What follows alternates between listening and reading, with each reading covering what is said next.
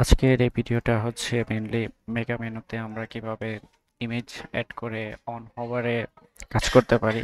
যদি আমি হচ্ছে ডেমো দেখাই, আমাদের যে উইক্সে মেগা মেনুটা আছে এটা ইউজ করে যদি হচ্ছে যে অন্য একটা লিঙ্কে যদি হচ্ছে ক্রিয়েট করি, তাহলে আমাদের যে ইমেজটা আছে সেটা চেঞ্জ হয়ে যাচ্ছে। এটা মেগা মেনুতে যে হোভারের মাধ্যমে কিভাবে চেঞ্জ করতে পারি এটা হচ্ছে আমরা দেখব। সো আমরা তো সবাই মেগা মেনু অ্যাড করতে পারি, সেটা জানি কিভাবে। এখানে ম্যানেজ মেনুতে গিয়ে অ্যাড, এখানে যে মেগা মেনু অপশন আছে এটা অ্যাড করলে নতুন একটা মেগা মেনু অ্যাড হয়ে যাবে। যেমন আমি এখানে তিনটা মেগা মেনুর আন্ডারে তিনটে পেজ রেখেছি। সো এখানে যদি এডিটে যাই, তাহলে এডিটে গিয়ে এই যে মেগা মেনু এগুলো হচ্ছে পাবো। কিন্তু এখানে জেনে রাখা ভালো, মেগা মেনুতে যদি আমরা হচ্ছে এখান থেকে আমাদের যে মেনু অ্যান্ড অ্যাঙ্কর আছে এগুলো যদি ইউজ করি, তাহলে আমরা এই ইমেজ অন হবারে ইমেজ চেঞ্জ এটা করতে পারবো না। এটা করার জন্য আমরা কি করেছি যে এখানে এই টেক্সটগুলো আলাদা আলাদা করে নিয়েছি, আলাদা আলাদা করে।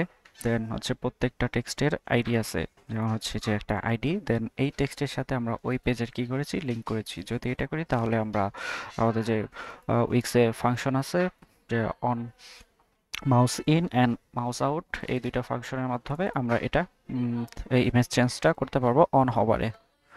সো এটা ওই যে সেম ভাবে এটা সার্ভিস নামে, যদিও হচ্ছে এই রিলেভেন্ট নাম দেওয়া ভালো, আমি যেহেতু টেস্টিং পারপাসে দিয়েছিলাম এই জন্য আর নামটা চেঞ্জ করা হয় না, প্রত্যেকটা আলাদা আলাদা করে।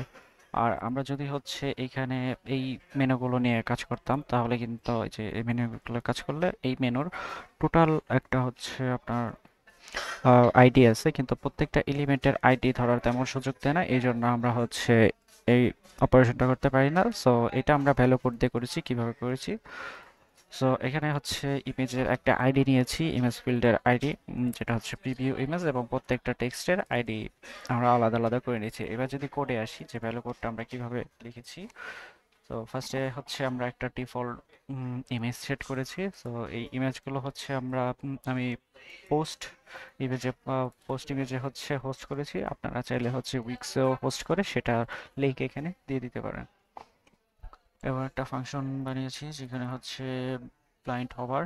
এই ফাংশনটা কি করতেছে, আইডি নিচ্ছে এবং ইমেজের ইউআরএল দিচ্ছে, এবং এটা চেক করতেছে যে হচ্ছে মাউস ইন। মাউস ইন বলতে কি, যে এখানে যখন আমরা মাউস টানবো তখন এই ইমেজটা চেঞ্জ হয়ে এই যে আমাদের যে আইডি অনুযায়ী যে ইমেজটা আছে সেটা আমাদের হচ্ছে শো করবে। আবার এখানে যদি ওই আইডিটা যদি আমরা আউট করে দিই, যেমন এই ফিল্ড থেকে যদি আউট হয়ে যায়, তাহলে ইমেজটা হচ্ছে ডিফল্ট ইমেজ শো করাবে, যেটা আমরা উপরে সেট করেছি। ওকে, এবং এই ইমেজটা আমরা এখানে কল করেছি এই যে ব্লাইন্ড হভার দিয়ে। টেক্সটের আইডি যেমন হচ্ছে ফার্স্টেরটা অ্যাবাউট টেক্সট এইটা, এবং এর সাথে যে ইমেজটা আমরা দিতে চাই সেটা এখানে আমরা পাস করে দিয়েছি।